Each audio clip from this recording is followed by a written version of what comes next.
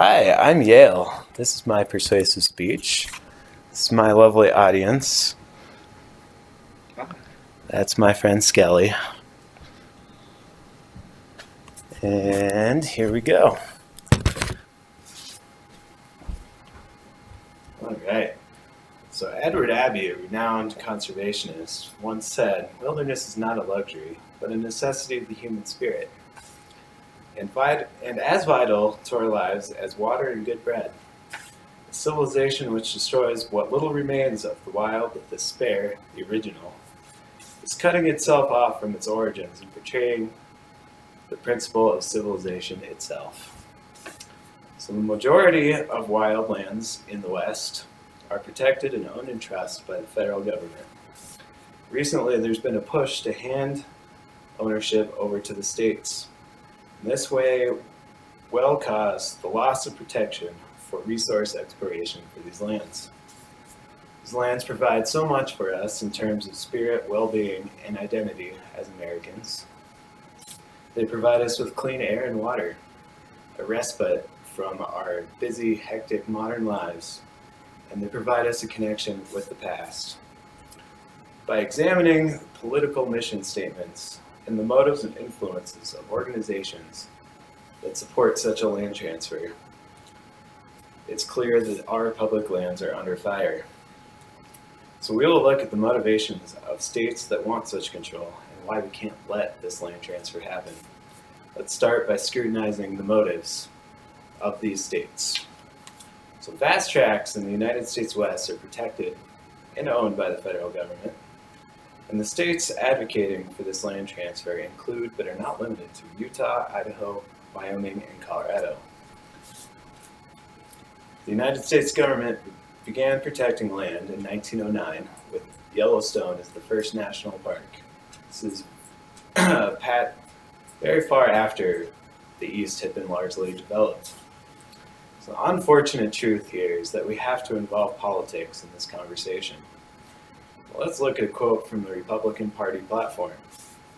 "Congress should reconsider whether parts of the federal government's enormous land holdings and control of water in the West could better be used for ranching, mining, or forestry through private ownership. All of these activities take a heavy toll on the environment and prevent public access to these lands." Another plausible answer: the states are better equipped to handle and manage these lands than the federal government is.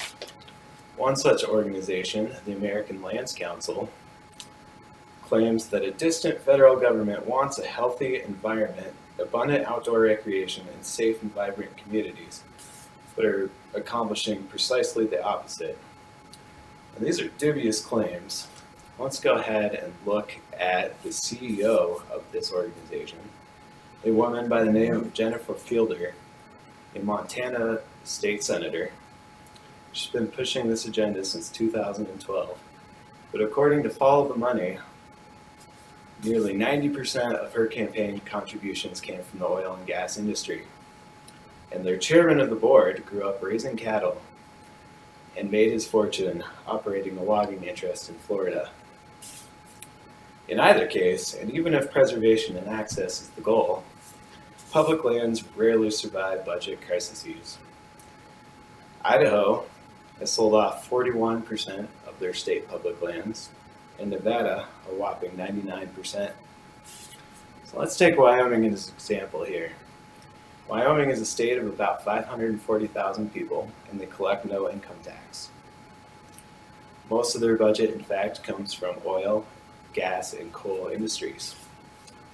With a greatly reduced demand for coal, coupled with falling oil and gas prices, there's a huge budget shortfall.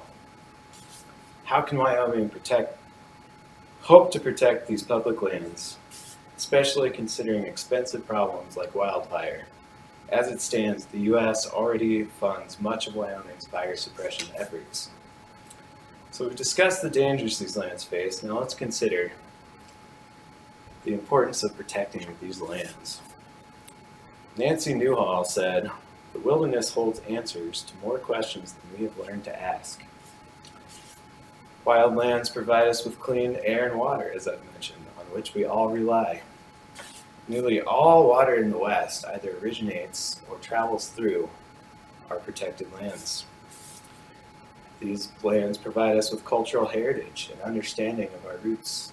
They protect important Native American archaeological sites. Public lands bring visitors and tourist dollars to communities that otherwise wouldn't flourish or even exist. Jackson, Wyoming, and Springdale, Utah are prime examples.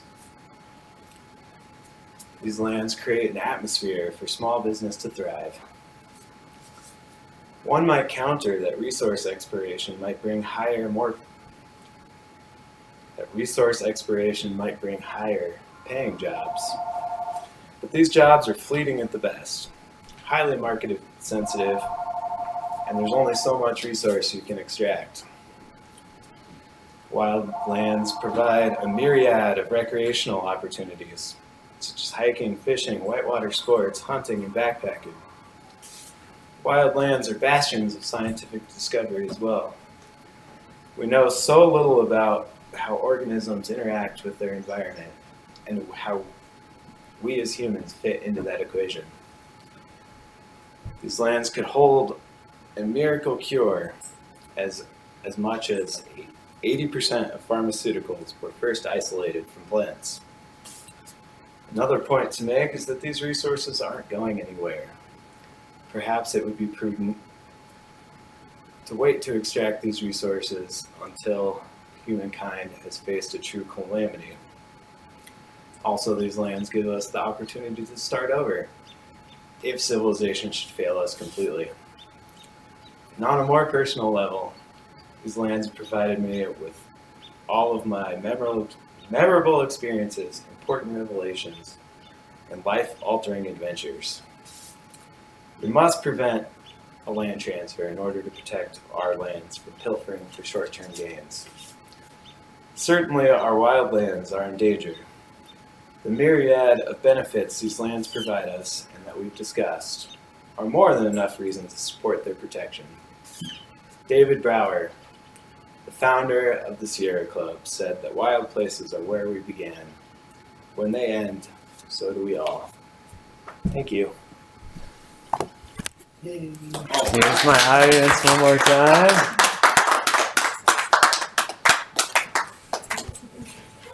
Very good.